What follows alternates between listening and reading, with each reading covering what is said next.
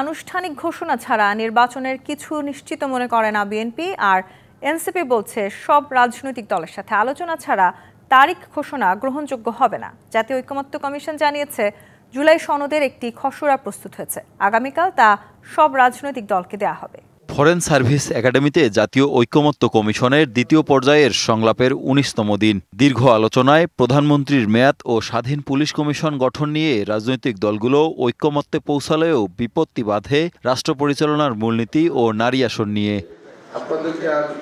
কমিশনের প্রস্তাবে সাম্য, মানবিক মর্যাদা, সামাজিক সুবিচার, গণতন্ত্র এবং ধর্মীয় স্বাধীনতা ও সম্প্রীতির সাথে পঞ্চম সংশোধনী যুক্ত করতে চায় বিএনপি সহ ডানপন্থী দলগুলো।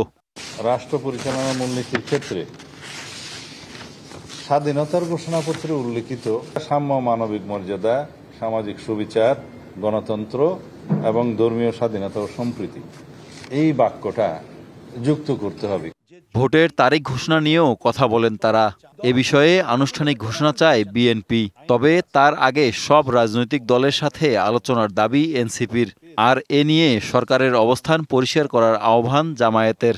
নির্বাচন কমিশন যাতে নির্বাহী বিভাগের প্রভাব মুক্ত থাকে সেই হিসাবে বিরোধী দল, সরকারি দল এবং জুডিশিয়ারির একজন সহ সেই কমিটি তারা নির্বাচন কমিশন গঠন করবেন।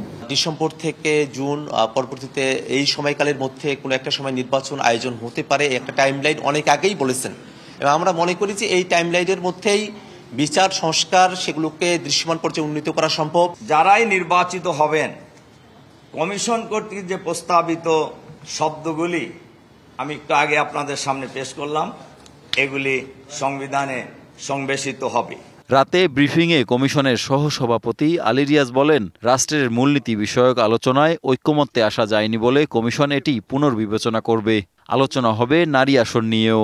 রাষ্ট্র পরিচালনার মূলনীতি হিসেবে যে সমস্ত প্রস্তাব অর্থাৎ সাম্য, মানবিক মর্যাদা, সামাজিক সুবিচার, গণতন্ত্র এবং ধর্মীয় স্বাধীনতা ও সম্প্রীতির যে প্রস্তাব কমিশনের পক্ষ থেকে সংশোধিতভাবে উপস্থাপিত হয়েছিল, তার সম্পর্কে তা কিভাবে উপস্থাপিত হবে সংবিধানে, কিভাবে উল্লেখিত হবে, সে বিষয় নিয়ে ঐকমত্যে আসা যাচ্ছে না। এর আগে তিনি জানান, জুলাই সনদের একটি খসড়া প্রস্তুত হয়েছে, সোমবারের মধ্যে রাজনৈতিক দলগুলোর কাছে পাঠানো হবে।